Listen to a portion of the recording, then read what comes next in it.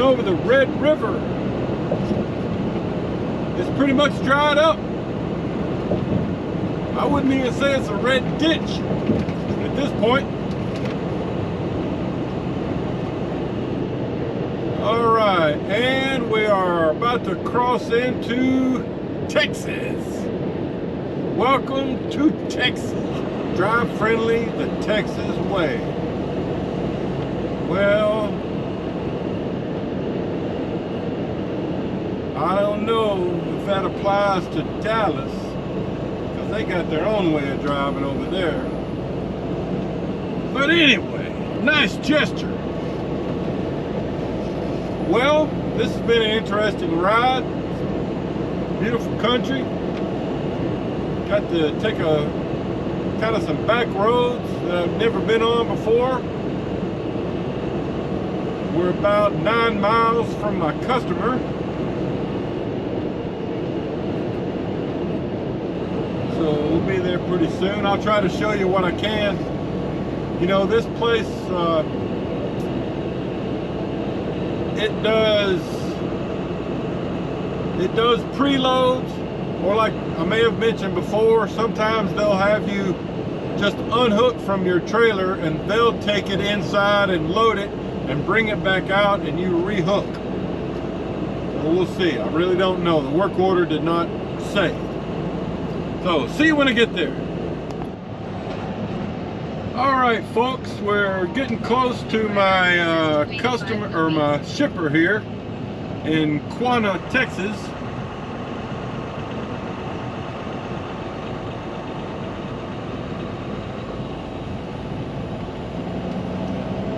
Kind of have to make a weird loop there off the road, and the shipper is just up here to the left. You'll begin to see it here shortly. It's been a while since I've been to this place, probably over a year. You can see there are some preloads sitting out there on the lot. I hope one of them is mine. That would make it quick and easy. I see, I don't know, maybe 1 or 2 of those trailers might be Maverick. So from what I remember, you'll see right past this railroad track here, there's a big gravel lot. You're supposed to pull in there and then radio in on the CB, as I remember, and get instructions for entry. So let me do that. Well, I'll go ahead and show you this. There's a big sign over here. It says, stay off loads and trailers. Do not walk across the road. Call the guard shack at that phone number or CB channel 14.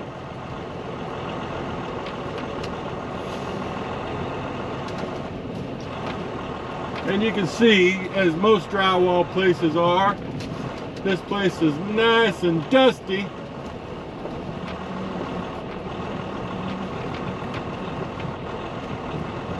I'm gonna pull in here so I got a nice straight shot into the property.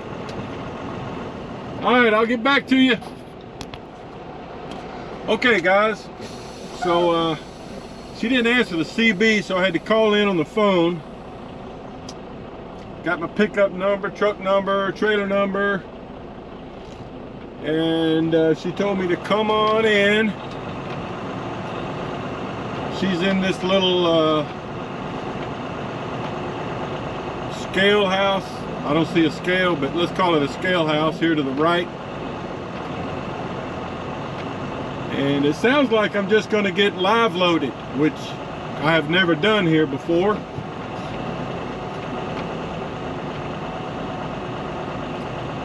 So I'm just giving you a look at this. I had to stop here on my way out and check out with her. But for now, she told me just to make the left turn here. This is a Georgia Pacific facility.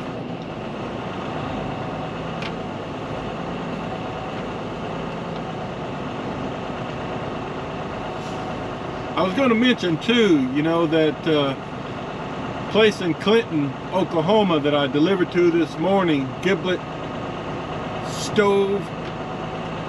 The guys there told me that that product, those pellets that I delivered, were basically like they take sawdust or leftover materials and compress it into these pellets, you know, and it's used for cook stoves, heat stoves, I guess, whatever. So there you go, a little information for you. He said they were actually expecting a second truck sometime soon, kind of stocking up for the winter. So anyway, the lady told me to wait here behind this truck, and a loader, I suppose, would come out and tell me where to back into. So for now, I'm just gonna park here and go get my two big lumber tarps and throw them up on the trailer. All right, folks, that fella right there going up the stairs just came around and had me sign some loading paperwork. Told me I'm going around to the other side of the building to go ahead and pull around there. Starting to get busy. There's like 6 trucks over in the holding lot now, and 1 coming in behind me. Looks like I got here just at the right time.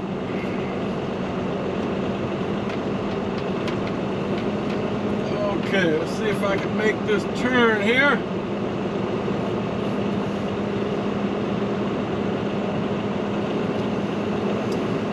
Well, I'm kind of glad I'm not going to be dropping this trailer. I've got 2 brand new lumber tarps I'll be using for the first time.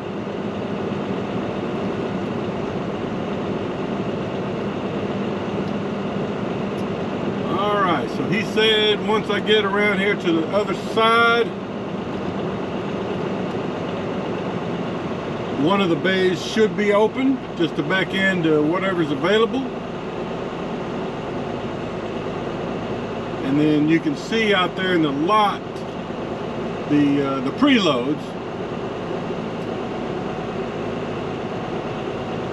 But I'm not a preload today. So it looks like I can see through the opening here in the building that I'm going to be going over to the second door. There's somebody in the first door.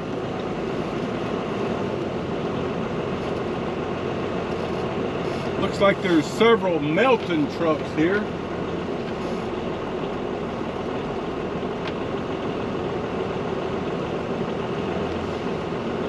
I've seen at least 3 melting trucks.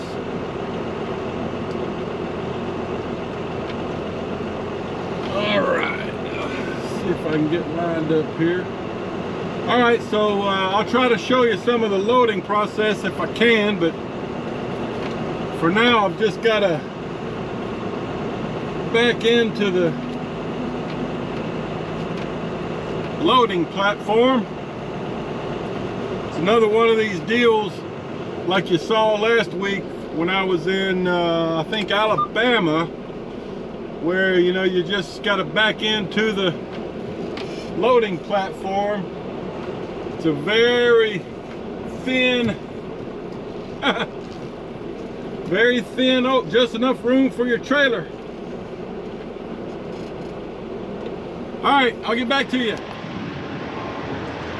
Okay guys, I'm backed in here. Just gonna show you real quick. And you can see I've got my 2 tarps out there on the trailer. They have guys that will drape your tarps up for you. You know, they'll get the tarps over the load for you. But here's what it looks like inside. Just waiting to get loaded, and then once they get it loaded and tarps over, then we'll pull back around to the front to put plastic edge protectors and straps and bungee down our tarps. So that's how it's going to work. More later. All right guys, so I'm getting loaded. My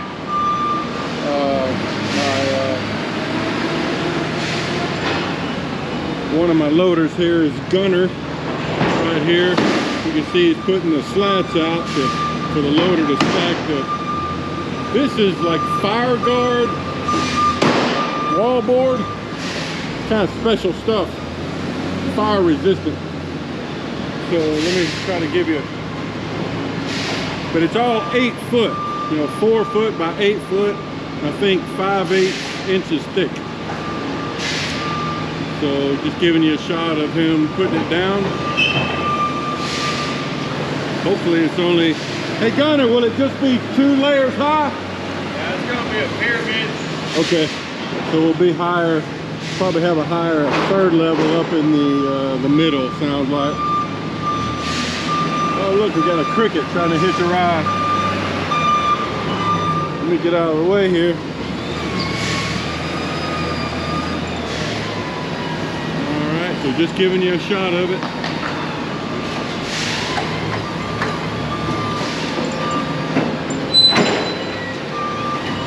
Hopefully they'll leave room where I can get my strap hooked in down here. Looks pretty good so far. So anyway, that's how the loading goes. And then they've got this apparatus up here where they'll hook my tarps onto it and drag it over the load. So that's how it works.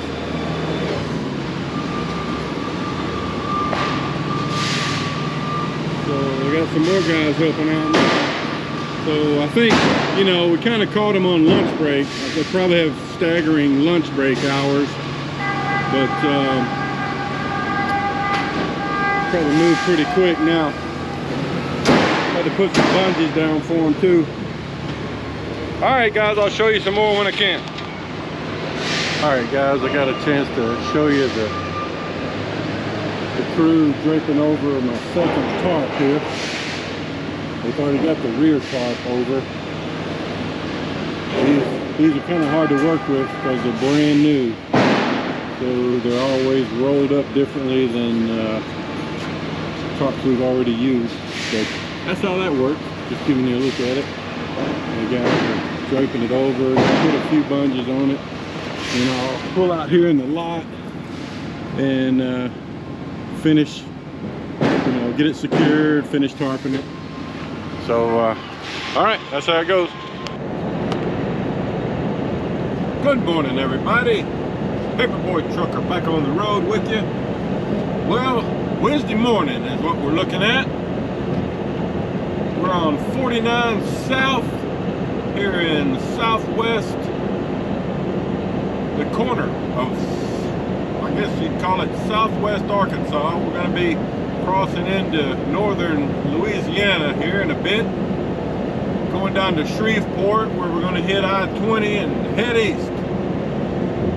Across Louisiana, Mississippi, Alabama, and then kind of head into Atlanta in the morning. So, you know, when I picked up this load yesterday in Acme, Texas, I left there. I headed kind of southeast on 82 East. Stopped last night at a Love's there. I don't even know what town it was in, but it's about a hour and a half from Texarkana, I guess. And then I got on I-30 back there near Texarkana. Stopped at a Pilot, fueled up, and now we're on 49 South.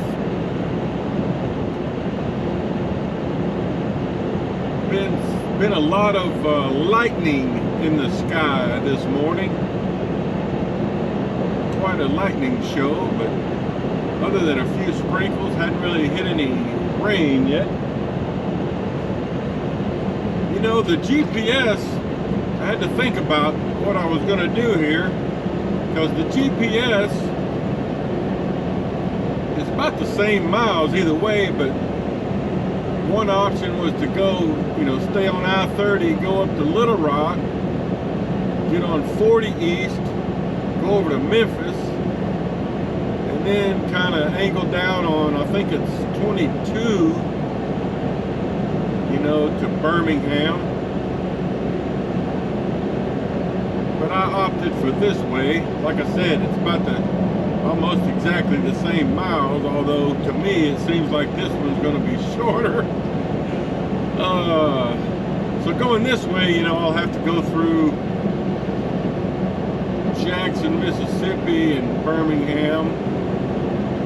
Going the other way, I'd have to go through, Little Rock, Memphis, Birmingham.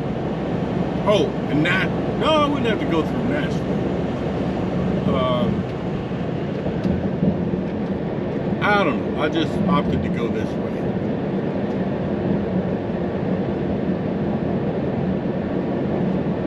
And speaking of going through cities, I talked to Charles, who recently got out on his own. Got out of training recently, been out on his own 2 or 3 weeks, and we talked a couple days ago, and he was saying how he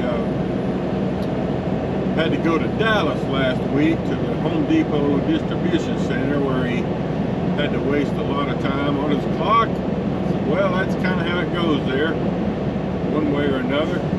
But he was saying how crazy the traffic in Dallas is, just a confusing place. Just all the roads and freeways coming in and out of Dallas, and I totally agreed, and I was like, man, yeah, that's very true. Dallas is just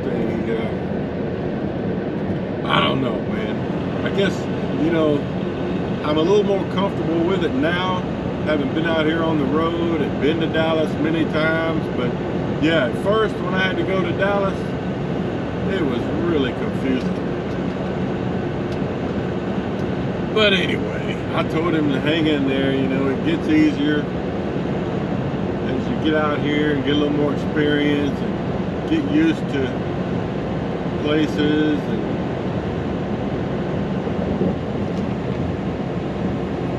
where you're going, and because you end up going to a lot of the same places over and over sometimes, so it gets easier.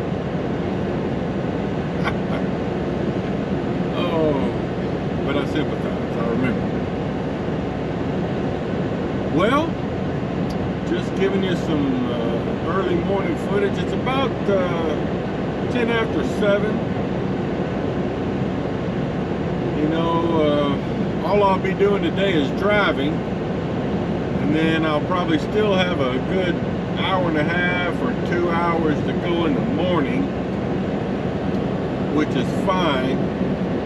I'd like to actually get going early in the morning to try to avoid as much Atlanta traffic as possible. I used to live about an hour from Atlanta, so how bad it gets.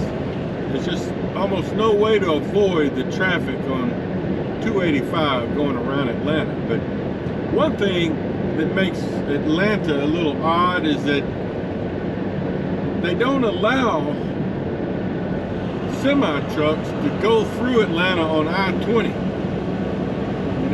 The story I heard is that years back there was a congressman that had a family member get killed in a semi-truck accident there on I-20, and so they passed a law banning semi-trucks going through there.